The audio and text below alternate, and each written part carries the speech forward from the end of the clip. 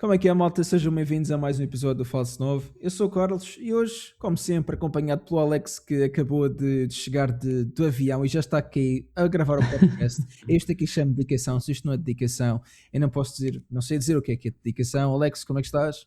Está tudo bem, Carlos. Tudo pronto para gravar mais um episódio Achas, fantástico. achas que eu te conseguia vender de melhor maneira do que te vender isto? Quando tu fizeres um. Pá, se um dia tiveres que fazer uma candidatura para um trabalho, não te esqueças de usar esta introdução do podcast, episódio 19, Exatamente. acho eu. Não te esqueças, tens a recomendação.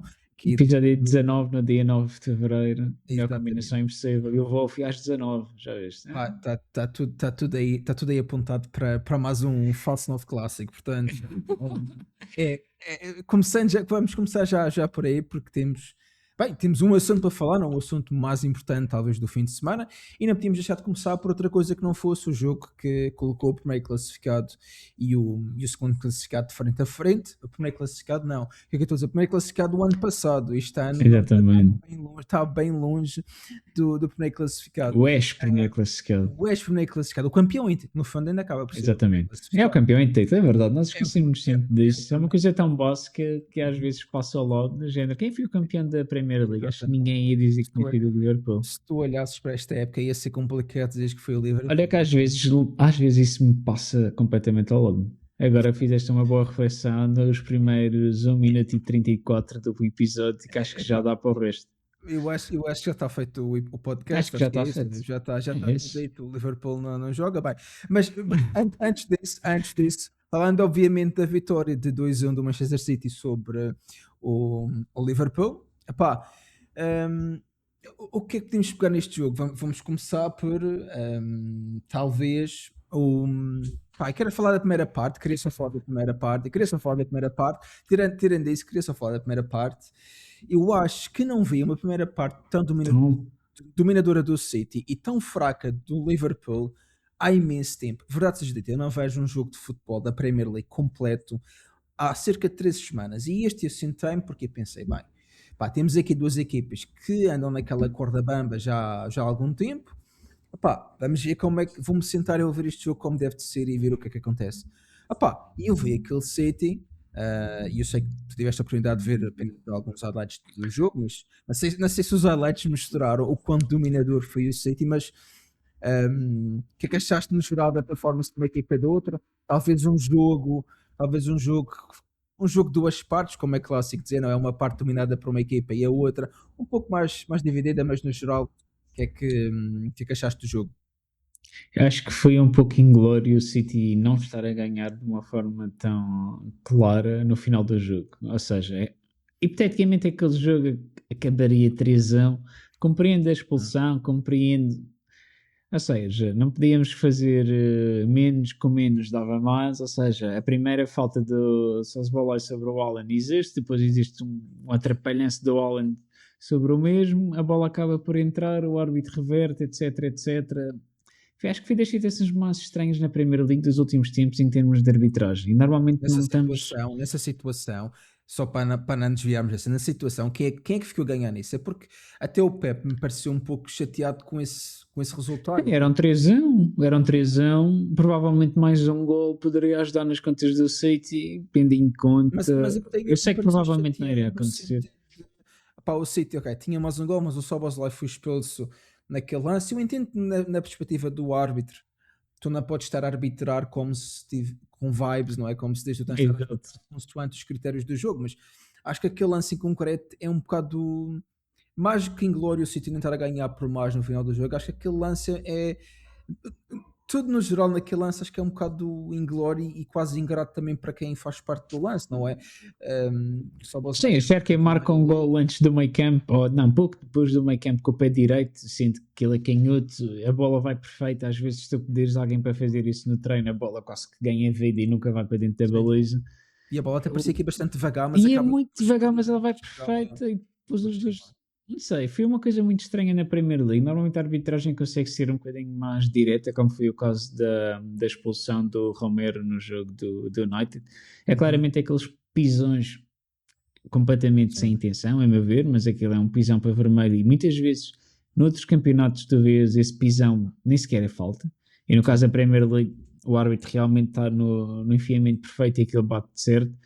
E este jogo do Liverpool contra o City parecia-me um bocado de palhaçada na arbitragem, porque ali também os lances um bocado duros, que eles depois não marcam falta, nem amarelo. Ok, o critério da Premier League é largo, mas depois parece que o VAR intercedeu mais do que aquilo que estamos habituados a ver. E não sei se vai ser uma nova tendência ou não, tendo em conta que também houve alguns casos estranhos nesta jornada da Premier League, tendo em conta o segundo gol do Everton, se não estou em erro, contra o Fulham, que também parece-me que existe um excesso de invasão sobre o guarda-redes e mesmo sendo na pequena área ali um lance um bocado às margens da lei com o Arsenal. E o jogo parece que fica manchado no final por causa da arbitragem, mas para mim o jogo tinha que ficar manchado pela positiva, por aquela grande defesa do Donnarumma. E que até o Pep tem uma bela imagem que já eu por acaso vi no 4-3-3, também deves ter visto.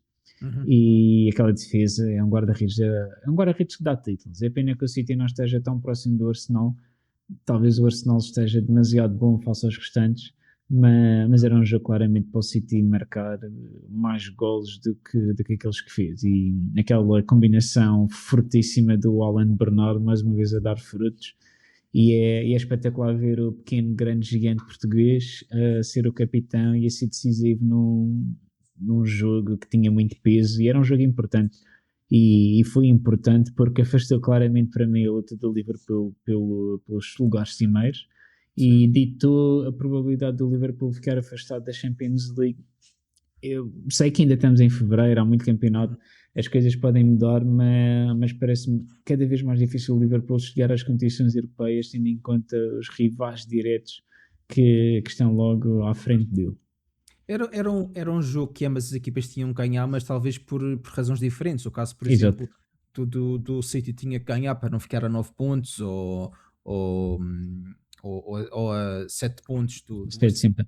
E no caso do Liverpool tinha que no fundo ganhar para se manter, vá lá na luta pelos lugares para a Liga dos Campeões, e isso realmente nota-se que tem sido cada vez mais difícil, e mesmo uma época até agora bastante inconstante, e com as outras equipas, United especialmente, cada vez mais a parecer e a confirmar os resultados. Não quero entrar já pelo United porque nós vamos ter a oportunidade de falar um pouco sobre o United, mas sendo o United, pronto, uma dessas equipas que está a colocar pressão nas posições ao redor de onde o Liverpool anda.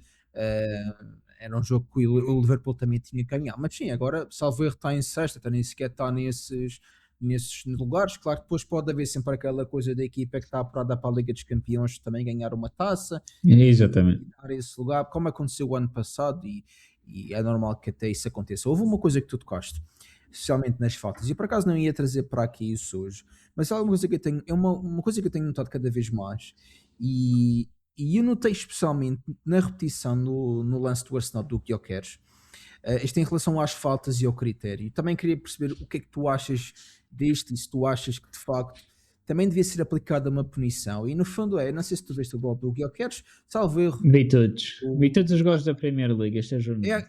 Então é aquele em que ele cai e faz a máscara deitado. Faz a máscara deitado, exatamente. Nesse Achei lance, piada. apesar de ele marcar gol, o defesa do Sunderland, a defesa do Sunderland faz falta para dar-lhe um pisão, com os pitões no joelho, ou seja, na parte de dentro do joelho, e o árbitro não marca falta. Ok, foi gol, mas não sei, parece-me cá um pouco de ok, a equipa marcou gol, então vamos ignorar o que é que aconteceu antes. E há muitos gols na Premier League, e nas outras ligas eu não posso dizer porque também não vejo assim tanto, mas na Premier League sinto que ok, se for gol vamos ignorar o que aconteceu antes. Ele até pode dar uma cambalhota e partir a cabeça, mas se marcou gol não é dada a penalização, não é dado um amarelo. Eu não digo que vai marcar falta porque marcaste gol, mas é uma falta para amarelo, não é? Se tu vais de pitons, é que há uma mesma história. Tu não vais dar vermelho quando marcas um penalti, não é? Porque no fundo já deste. É dupla penalização. Isso há uns anos mas dás o amarelo.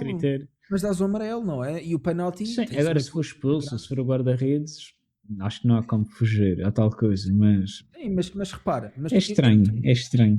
Para ter esta ideia que, por exemplo, se tu marcares um golo, mas sofres falta, especialmente uma falta destas em que num caso normal, em jogo de corrida, estaria vermelho. Estamos a falar de um pisão que vai diretamente ao joelho. Um pisão no joelho nunca vaza a bola. Tipo, é impossível. A bola está nos pés dele, nunca vai a bola. Portanto, tu partilhas da mesma opinião ou nem por isso? Não sei. Epá, a mim parece-me faz sentido. Neste lance, a equipa marcou gol, mas tu tens que levar amarelo. Acho que não há duas maneiras de pensar sobre isto. É falta. Eu sou apologista, tendo em conta que no desporto parcialmente semelhante ao futebol, que é o futsal, há muitas vezes essa situação que acontece. E também no basquetebol acontecem as advertências e o jogador leva uma falta técnica, etc. E além de marcar o lance livre, há falta técnica, o jogador depois pode ser excluído. No futebol é como tu dizes, e por isso eu fui. Não sei, acho que chegou a altura também de vermos que a Premier League, todos nós consideramos que a Premier League tem das melhores arbitragens a nível do futebol na Europa, tendo em conta que nos outros lados do mundo há muitos bons árbitros, mas os exemplos são muito singulares, ou seja, há um grande árbitro ou dois grandes árbitros em Espanha, dois em Itália, etc, etc. Espanha, e nós quase que...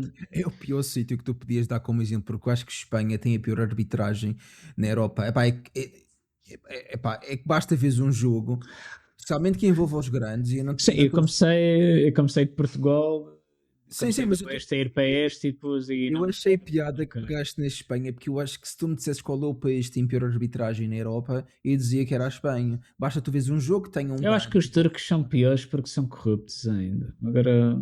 Ok, eu não vejo Liga Turca, sinceramente. Eu também não vejo, mas leio futebol e leio... Do pouco que eu vejo da Liga Espanhola, os árbitros, até jogos entre equipas coloquialmente ditas mais pequenas, há lances ali, há coisas que são, tu achas que, por exemplo, tu consideras, normalmente as pessoas consideram que o critério da Liga Portuguesa não é muito, como é que eu não quis evocar a Liga Portuguesa porque ontem, não sei se tu viste um jogo que eu vi e fiquei perplexo com a quantidade de lances que, neste caso, vou referir. Acho que o Benfica teve pelo menos 2 ou 3 penaltis para ser assinalados em todos os lances, não aconteceu. E acho que é estranho tu teres o VAR e ele não atuar de uma forma que talvez na Premier League não atue, porque na Premier League para marcar um penalti, e tu viste ontem no jogo do City, aquele lance do Matheus Fernandes, do Matheus Nunes, é um lance que tu vês o Alisson a fazer falta e tu dirás, ok, isso é falta, é claramente falta, mas quantas vezes já vimos esse lance na Premier League e não foi falta? Sim, não foi falta. E agora, eu também faço a reflexão de género, será que naquele momento o árbitro percebe, se ele marca esta falta, eu também tenho que retirar o gol ao City no último lance e expulsar o Szoboszlai por causa disso mesmo. Ou seja, se ele estava a ser com um critério completamente perfeito a nível da arbitragem ou da interpretação das regras de arbitragem, que também é um bocadinho volátil durante o momento do jogo, tendo em conta as múltiplas ações que decorrem e tu não estás lá linha a linha a ver se isto aconteceu e eu vou aqui fazer isto, etc, etc. O árbitro tem que ter a capacidade de analítica da visão global. E depois tu passas para jogos onde tu vês claramente há um penalti notório, e no caso da Liga Portuguesa, como estávamos a falar, eles não marcam. E depois tu vais para outro sítio qualquer e tu vês exatamente o mesmo penalti a acontecer, e também dou o exemplo na mesma Liga Portuguesa. Num estádio é penalti, no outro estádio não é penalti, no outro estádio volta a ser penalti, no outro não volta a ser penalti. Exato. Eu não estou a falar só exclusivamente do Benfica, Porto e Sporting, estou a falar de Vaza Braga, Guimarães, etc. Estou a normalizar, nem estou a puxar para um lado nem para o outro. Há faltas que claramente vejo que é penalti para o Porto e não é assinalado, vejo para o Sporting não é assinalado, vejo para o Benfica não é assinalado e assim sucessivamente. E depois se for ao contrário parece que acontece e ao mínimo toque é penalti. Mas tu não precisas dizer a Liga Portuguesa, repara, há uns tempos, houve um conjunto de jogos no espaço, 2 semanas, 2 jornadas, em que houve uma falta que foi assinalado, foi dado vermelho depois de ir ao VAR e não era vermelho, e na semana a seguir houve a mesma falta e não deram vermelho porque na semana anterior deram vermelho e viram que fizeram a geneira e portanto o critério quase que muda de semana a semana. Tu vês um lance que é vermelho, ou pelo menos o árbitro dá vermelho e até partir pode não ser, e na semana a seguir já não é vermelho e vice-versa, na semana anterior vão lá, quantas vezes estamos a ver, e eu nem sou uma pessoa de me lembrar muito de lances, mas há alguns que têm na memória e lembram, ok, na semana passada ou há 2 semanas ele não deu vermelho nisto, mas agora já é vermelho, mas a Liga mudou as regras de uma semana para a outra. Não, eu acho que a arbitragem também é um pouco complicado, porque a arbitragem isto volta quase ao ponto que eu estava a te dar no início, que é tu não podes arbitrar com vibes, Com não é? feelings. Yeah. Mas é complicado tu arbitrares objetivamente também, não é? É complicado, pá. Eu acho que as regras. Eu nunca li um manual de arbitragem, por isso não Eu faço também ideia. não. Por Nunca isso li. é Mas, daquelas coisas interpretativas que exato, acho que nós eu, todos eu, temos o. eu acho que devia ser o menos interpretativo possível, mas pronto, olha, mas menos interpretativo do que a arbitragem, só queria te dar uma palavra, fazer uma pergunta que é: se o livro do Szoboszlai foi o melhor livro do Szoboszlai que já viste esta época, porque, epá, É o aquele lance, especialista atual em marcar livros, isso é verdade. aquele lance, epá, eu olhei para o lance, quando tu estás a ver o ângulo normal em que a câmera está de lado, tu não Sim. percebes a curva muito da bola, pá, não dá para perceber muito bem, mas tu vês o É. Donnarumma parado, pá, o que é que se passa? Ele não estava preparado para o lance. Depois, quando ele mostra o ângulo de trás do Szoboszlai, epá, e eu lembro-me quando era mais pequeno e vi tutoriais do Ronaldo a fazer os livros, que era a knuckleball, epá, e tentava imitar aquilo, que era tipo Sei, tiro sim. do pé para a bola dar uma curva ou descer um bocadinho. É Aí eu dava isso, a bola só descia depois de andar uns 200 metros para a frente, sabe? Mas a maneira como aquele livro é batido. Isso é a gravidade atual. Exatamente. Exato, não era naquele bola, era a gravidade a puxar É, ele para a baixo. gravidade puxava Não, para não baixo. havia naquele bola nenhuma ali. Pá, mas acho que aqui temos um claro candidato, talvez, ao gol da época, não? Pá, sinceramente, só Até tinha que falar agora. daquilo, porque tanto tivemos um gol magnífico como tivemos uma defesa que também Exatamente. parecia que a bola ia entrar e depois tivemos aquele. E olha, e no geral só queria dizer, se tivesse. Não, só queria dizer que, além de surpreendido o Donnarumma, também não sou da equipa do Liverpool ficou surpresa, porque não sei se tu reparaste, eles meteram dois jogadores naquela nova. Como é que eu ia dizer?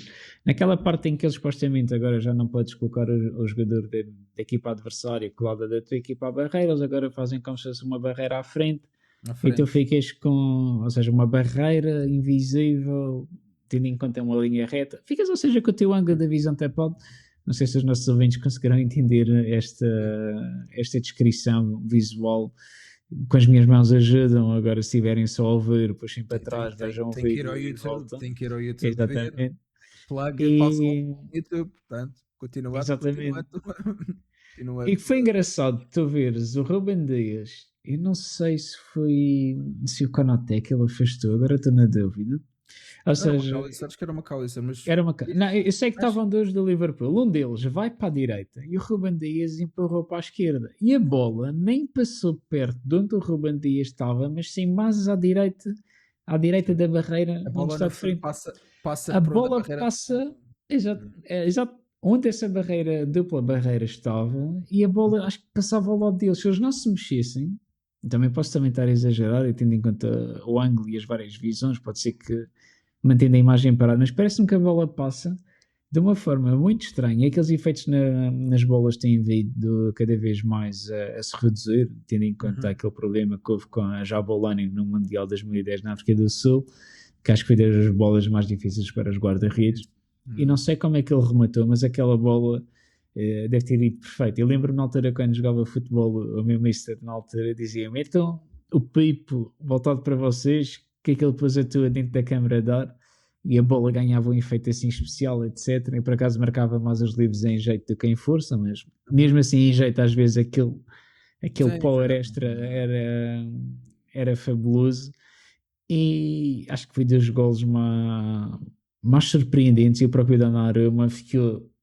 Eu não conseguia ir lá buscar a bola, Nem consegue. nem dava. Faz, E ele, faz gigante lembrar, como ele, faz lembrar aquele livro Roberto Carlos, do Roberto Carlos, é um bocado diferente, apesar de ser sem fantástico. arrasteiro, Mas há um bem parecido a esse, que é do Saranoglu, quando ele jogava no Hamburgo, acho eu. Epá, é um gol bué clássico, ele está quase no meio campo, e ainda tem barreira. Ele está longe, está quase no meio campo, e ele manda o livre. Epá, e a bola, sem mentir, imagina que estás a ver a bola atrás e a ponta do meio da bola, mais uma vez, quem está a ouvir não vai perceber, mas quem está a ver vai conseguir. Não se esqueçam de ver. Epá, a bola, de onde ele está, até a baliza, faz tipo assim, uma coisa assim. Pá, a bola muda de direção umas 3 vezes. Isto já foi tipo 2013, se calhar. E o guarda-redes está parado na linha e repara, ele está no meio campo, ele não está colado quase a Exato. e o guarda-redes está assim. Ele olha sempre para a bola faz assim. Se uma vez isto, e sei que estás aí meio a olhar para as nuvens, por isso, depois do podcast, vê Eu por isso. acaso não apanhei esse vídeo. Isso já é válido. Pá, mas e há outro clássico da Premier League que é o do Payet quando jogava no West Ham. Esse eu acho Esse que já vou mostrar. já Esse mandaste já várias mostrei que vezes. esse é o meu livro preferido sempre, pá. E aliás, o Szoboszlai tentou replicar um livro desses há uns meses atrás num jogo da Hungria, salvo erro, do Liverpool. Não, acho que foi do Liverpool. Foi mais ou menos parecido, mas passou sempre. Portanto, há um Payet e o Payet não se chama Szoboszlai, Pá, portanto. é canhoto, por isso pode ser a diferença. Eu acho que os canhotos como eu são especiais a rematar a baliza. Estás a tentar vender aqui a um agente. Se a gente tiver um agente ao ver, Alex com quase 40 anos, acho que ainda você É tem dar lá, não por tem mim. 40, seu pé. 40 é quase tantos que eu, ei, sentado na cadeira. Mas estás mais perto do que longe. Estás mais perto do É sim, estás mais perto dos clones. sim, sim. Eu tenho as Ainda minhas sinais, falta estás mais muito, perto. mas. Sim, Exatamente, sim, sou mais estás velho do que perto. tu, estou sempre mais perto. Exatamente. Exatamente, portanto, tu estás sempre mais longe do que teu. E olha, e passando para outro assunto, eu queria tocar também no United, como nós tocamos sempre, que já vão na quarta vitória seguida. E eu quero ser um podcast um bocado diferente e não estar a falar do gajo que vai cortar o cabelo, mas eu acho que se a gente Acho quiser que toda ter a gente está à espera disso. temos meio que falar desse cabelo, mas eu vou dar aqui o argumento que o West Ham é a equipa perfeita para o United perder. E cheira-me que vai haver desilusão. O que é que te parece? Achas que desta que vai haver mesmo 5 vitórias? Ou achas que Ah, vai haver corte de cabelo e vai haver 5 vitórias seguidas? eu espero que existam 5 vitórias seguidas porque nota-se uma aura completamente diferente naquela equipa. E acho que, tendo em conta o quão bem nós conhecíamos o Ruben Amorim do Sporting, há ali momentos que agora tu vês a mesma equipa, com os mesmos jogadores, ok, que a tática é diferente a nível da posição dentro de campo, etc. Mas eles não reaprenderam o futebol num mês, a meu ver. Claro. Nem sequer chegou a um mês com as vitórias todas, tendo em conta que o primeiro jogo do Fletcher foi uma derrota contra o Brighton para a taça. E eu vi um momento muito engraçado que foi o. Eu sei que eles também tinham mais um em campo, pareciam sempre que estavam com mais capacidade, etc. Mas mesmo nos últimos jogos, tens vindo o United com uma capacidade de pressionar alto que antes tu não veias. Eu sei que com os 5 defesas, aquela transição, às vezes o bloco intermédio funcionava e também não tinhas poder no meio campo. Mas tu agora vês os 3 da frente a pressionar alto. E era uma coisa que antes não faziam. Porquê? Não sei. Talvez o United está naquele momento tudo corre bem e a meu ver eles merecem estar com este caminho, a seguir este caminho de forma positiva. Eu acho que é E sempre mais fácil treinar no fundo, mais fácil de treinar e acreditar no treinador quando as coisas correm bem. E verdade isso seja dita, sim, isso sim. o United não tem, eu não digo que o United tem um plantel fortíssimo. Mas eles agora te fazem tudo certo. Eles rematam a baliza, a bola passa próxima. Eles fazem o passo, quase que é um passo-chave decisivo em progressão, etc. E antes o Ruben tinha o Bruno Fernandes a fazer o mesmo e os gajos não marcavam. Agora qualquer lance quase dá gol para o United. Há ali uma coisa. E tu vês o sucesso que no final do jogo contra o Tottenham.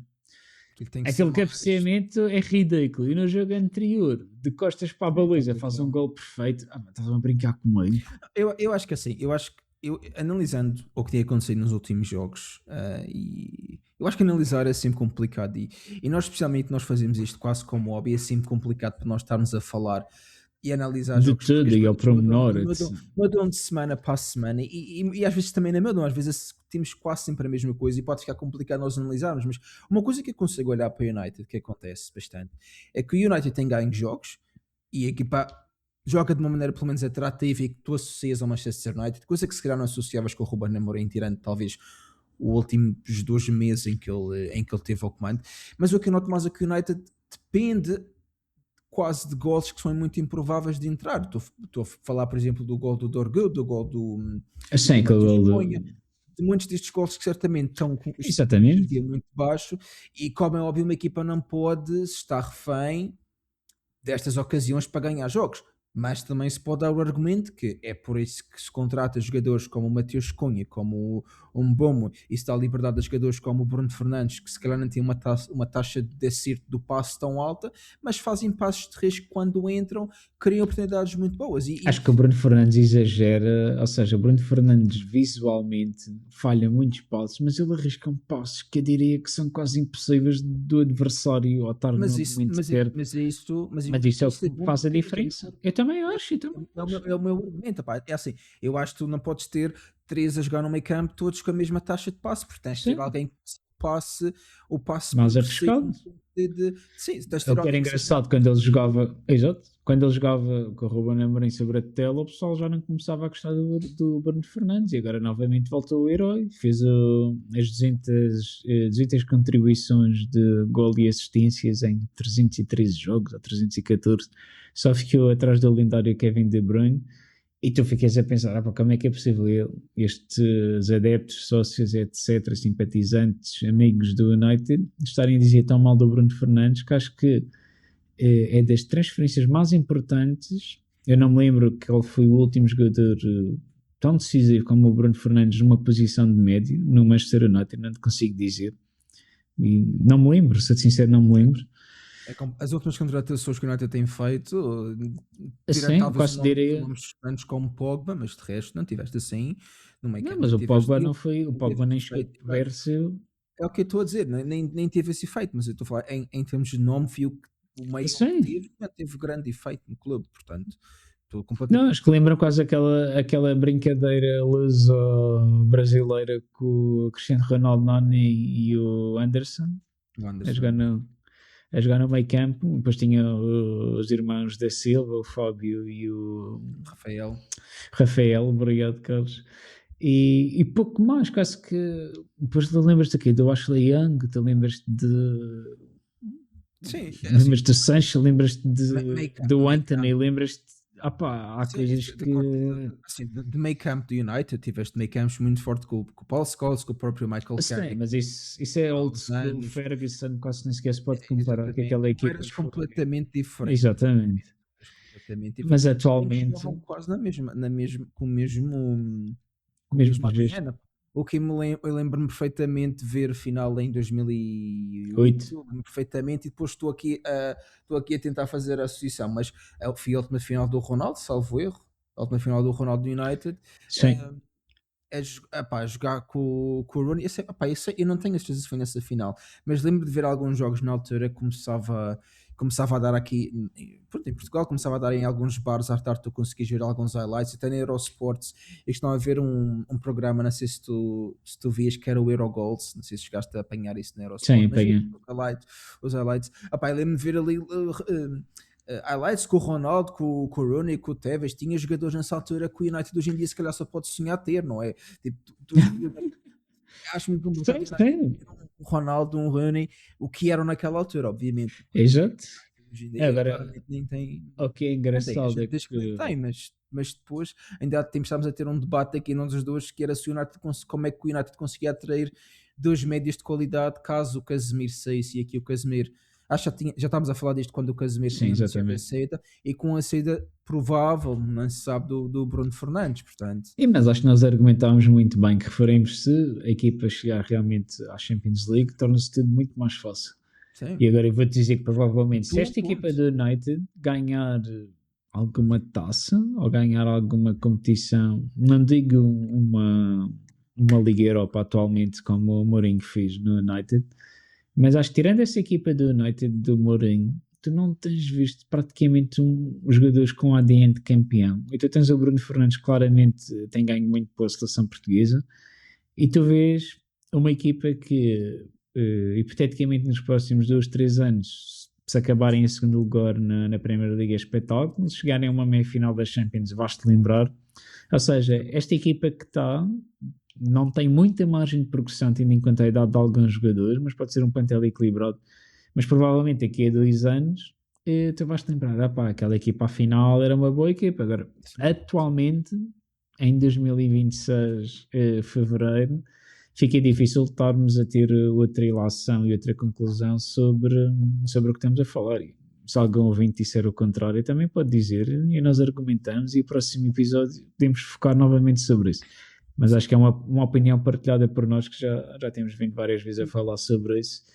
E eu acho que tu tocaste aí num ponto interessante sobre o United ganhar competições. Eu acho que, obviamente, o objetivo para esta temporada não vai ser ganhar nada. Acho que o United é uma equipa que está muito longe de ganhar a Liga e acho que para ganhar a Liga precisas dar um passo que demora o alguns Arsenal anos. está a demorar quase 10 anos.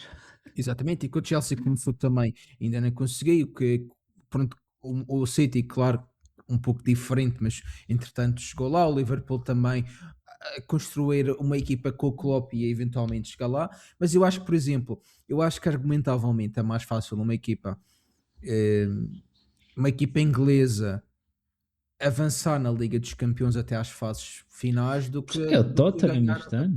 Exatamente, portanto, acho que fala-se muito, claro que há uma sobrecarga de jogos e o United este ano vai ter poucos jogos, mas para o ano, repara, só se qualificando vai ter mais 8 jogos, tendo em conta que as equipas têm todas passado, as equipas inglesas têm passado todas À fase seguinte. pode ter mais 2 ou até mais quatro jogos, depende em que lugar é que passa, portanto... E nas competições internas, na Taça e na Carabao Portanto, e na FA. imaginando que há uma. Nós só eliminadas logo em agosto. É, também vai colocar a equipa à prova. Eu acho que este ano é um pouco mais fácil a equipa também misturar este nível, porque jogam no domingo e depois tens uma semana toda e no domingo vais outra vez com toda a intensidade. Exato. E consegues ter isso. Agora, claro que vai ser importante ver como fazem para o ano, e isto leva-me ao próximo ponto, que esta semana saiu uma Pep. notícia em vários nem sequer era o Pep, era mais mantendo o foco do United, que era o United já está a pensar em manter o Carrick para a próxima temporada. Pai, só queria saber se tu achas que é uma decisão correta, se é uma decisão acertada, a tua opinião, se deviam explorar outras opções de treinadores livres como o Xabi Alonso, que já falámos aqui como uma possível alternativa ao Arne Slot do Liverpool, também tendo outros Maresca, a tal coisa, etc. Achas que a renovação do interino, há aquele ditado que é nunca caias, never fall in love with a lone player, será que se pode dizer o mesmo, never fall in love with an interim manager? É uma boa pergunta que eu não sei responder muito bem, porque tudo no United é estranho. E tudo no United continua a ser estranho. E pelos vistos, estranho deve ficar. Por isso mesmo, é provável que o Michael Carrick fique. E tu ouças durante a semana o Carragher a falar mal disso e hipoteticamente já não vai gostar dele como treinador, como não gostava do Ruben Amorim, etc. Acho que é muito fácil. É normal que eu não gosto, mas... Sim, eu sei que é normal que não goste, mas... É do Everton, mas pronto. Tenho que defender isso. Não, ele fez 23 anos no Liverpool, acho eu. Aquele dia apanhei isso, aos 23, desde a formação. Mas acho que continua a ser do Everton. Tenho a ideia que quando ele fala na CBS com o Henry e com o Micah Richards, ele já referiu que era do Everton. Mas sim, então foi um excelente funcionário do clube. É de quem lhe paga. É assim que Ou então seja quem for. Exatamente. E voltando ao que tu me perguntaste, é como eu te digo, hipoteticamente, se ele acabar na fase de acesso direto às Champions, acho que vai continuar. E tu já viste na Europa múltiplos projetos de treinadores / equipas que acontece tudo bem numa segunda metade da época. E tu já viste vários exemplos que até ganham campeonatos, alguns taças, alguns Champions. Acho que ele deve aguentar se o United realmente se qualificar para as Champions, e penso que já vai ganhar um bocadinho de estofo até lá. Agora, não sei a capacidade analítica dele nas competições europeias, mas também o United, pelos vistos, gosta de ter muito deles. Agora tens que me ajudar com a palavra técnica de head, qualquer coisa, como tu costumas dizer, diretor.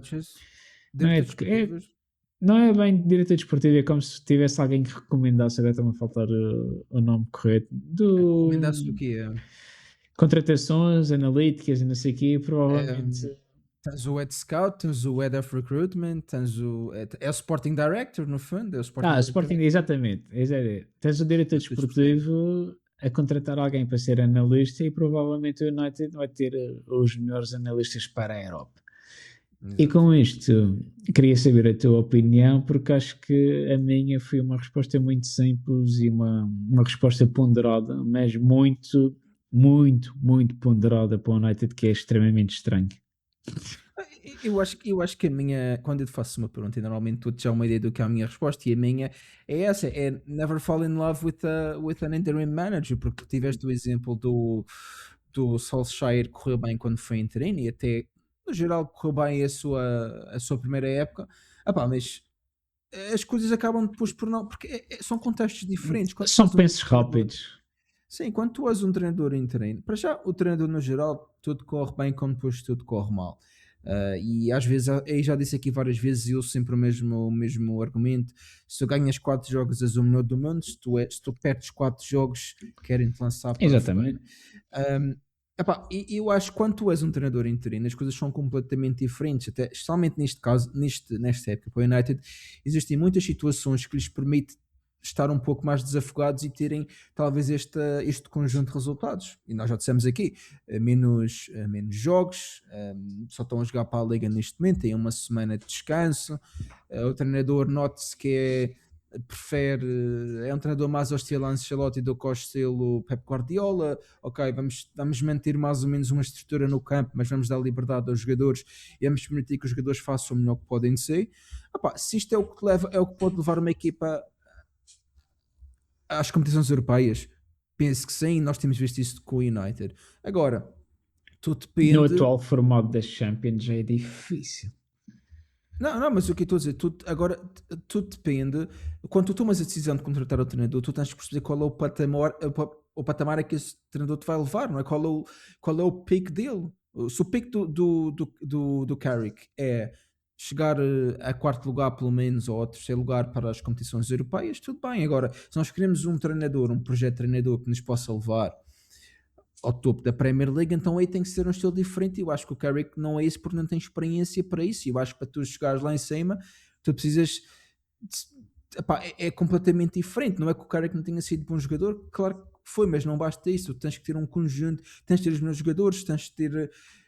Para ganhares a Premier League não é qualquer um. Quem ganhou a Premier League nos últimos anos foi o Pep Guardiola, o Klopp e o Claudio Ranieri. Portanto, tirando isso, Assim, o Tuchel também ganhou e o Conte também, mas pronto, o Tuchel até ganhou foi a Liga dos Campeões, acho que não ganhou a Premier League. eu acho que tem aqueles casos mais estranhos de. Eu posso estar enganado, mas tenho a ideia que quando o Di Matteo foi campeão pelo Chelsea na Champions League, foi um treinador interino também, que veio o André Villas-Boas. Acho que foi Vilas Boas, já. Acho que foi Vilas Boas, não foi no E todo. Nessa altura o não vi Villas-Boas também Manchester. esteve no Chelsea. Pois então deve Agora ter não sido, sei. deve ter sido. Acho que foi. E tu vês um treinador interino ganhar as Champions é provavelmente das coisas mais estranhas e muito bizarras, tendo em E conta que deixa-te ele na era posição que é tipo, vamos que é o agora, ele maior. ganhou a Champions e depois o que é que vamos fazer? Não vamos contratar ele que ganhou a Champions? Yeah, e depois é Deixa, despedido, acho que nem em janeiro. É daquelas coisas pois, que tu tens um pico e depois ele acho que vai para uma equipa alemã ou mas qualquer tu coisa nem assim do género. contratares, deixa-te também numa posição meio esquisita, não Exatamente, tens? exatamente. Por Também isso é que eu digo, é os complicado. treinadores interinos talvez sejam dos piores fatores em termos de decisão a longo prazo para um projeto que a determinada board queira seguir. E esses são exemplos excepcionais e são uma exceção no futebol atual porque passar um penso rápido num projeto é estares a deitar provavelmente muitos milhões fora. Exatamente. E olha, acho que tu sumarizaste muito bem a resposta à minha pergunta e nós concluímos aqui com uma boa resposta à minha pergunta. Se tu quiseres adicionar mais alguma coisa, eu vou dar essa oportunidade como tu sempre, porque senão vamos fechar a loja hoje e fechar o episódio de hoje. Por isso, se tiveres mais alguma coisa a acrescentar, feel Acho que free o to do Cole, so. acho que o Cole Palmer, vou dar então, vou seguir a oportunidade. Acho que o Cole Palmer faz um hat-trick dos hat-tricks mais estranhos que tu viste nos últimos tempos para um jogo que eu acho que foi no segundo penalti do Cole Palmer, quando eu estava a ver a repetição dos golos. eu acho que ouvi com som alto o suficiente para não ouvires nada no estádio. Foi uma coisa muito estranha. E os nossos ouvintes, se quiserem realmente ver essa sensação, eh, no YouTube da DAZN Portugal, vão à parte dos vídeos e vejam todos os gols da jornada 21, se não estou em erro, que foi esta jornada da Premier League. E no segundo gol do Cole Palmer, vocês não conseguem ouvir grande coisa no estádio. E é daqueles momentos, ou ele realmente gelou aquele estádio do Wolverhampton, mas é que tu não ouves nada. Ele marca, até os próprios jogadores colegas de equipa do Chelsea, tu vês tipo, a bola entrar, ok, a bola entrou, vamos para trás. É uma coisa muito estranha. É daquelas coisas. O contexto mais complicado, porque de um lado tens o Wolverhampton, que é uma equipa que não luta por com 5 pontos, depois tens o Chelsea, que é basicamente a equipa, talvez a segunda equipa com os adeptos mais amorfos e com dos piores estádios em termos de atmosfera também na Premier League, portanto é uma situação que foi muito estranho, juro que foi muito estranho. Eu até posso ouvir novamente, mas eu tenho a ideia que tu não ouves nada. É uma coisa muito estranha. Dos momentos mais bizarros do Cole Palmer, acho que o festejo dele está a ser levado demasiado à letra. Gelou completamente. Gelou completamente. O Molinex, se não estou em erro. Molinex Stadium, exatamente. Marca portuguesa de. Como é que se chama? De utensílios. Acho que é portuguesa a marca. Eu pelo menos lembro-me. Eu associei isso, porquê? Porque há uns anos, pai, FIFA 16. Pá, foi o último FIFA que o Quaresma estava no FIFA. Eu fiz o modo de carreira com o Wolverhampton e contratei o Quaresma para lá. E no primeiro jogo que eu fiz em casa apareceu lá Molinex Stadium. Epá, eu lembrei-me, Molinex é uma marca de varinhas mágicas e dessas coisas, portanto, não sei é isso, mas pronto, curiosidade, portanto, deve haver alguma conexão com esse nome. Se calhar também pode não haver, portanto, fica aqui o facto de para quem não sabe, até pode ser mentira, portanto. Mas pronto, acho que vamos acabar por aqui, Alex. Eu não sei que mais uma vez queres acrescentar mais alguma coisa, mas como tu disseste, não. Foi uma coisa muito estranha. E os nossos ouvintes às vezes merecem coisas peculiares. Exatamente. Vamos acabar por aqui então. Como sempre, podem nos seguir em Falso Novo Pod, tanto no Instagram como no Spotify como no YouTube. Deixar comentários em qualquer uma das plataformas. E não se esqueçam também de avaliar o Spotify, que ajuda bastante a recomendar o podcast a outras pessoas que tenham interesses semelhantes aos vossos. Exatamente. E é isso. Da minha parte é tudo. Da tua parte, Lex, também penso que é tudo. E como sempre, tudo por agora.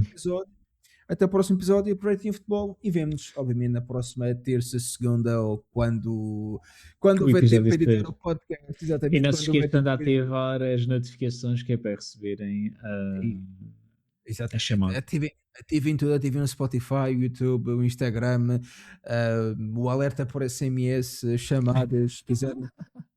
Ativem tudo o que houver. E agora a câmara está a desfocar porque já está a dizer o teu tempo já chegou ao fim, Carlos. Exatamente.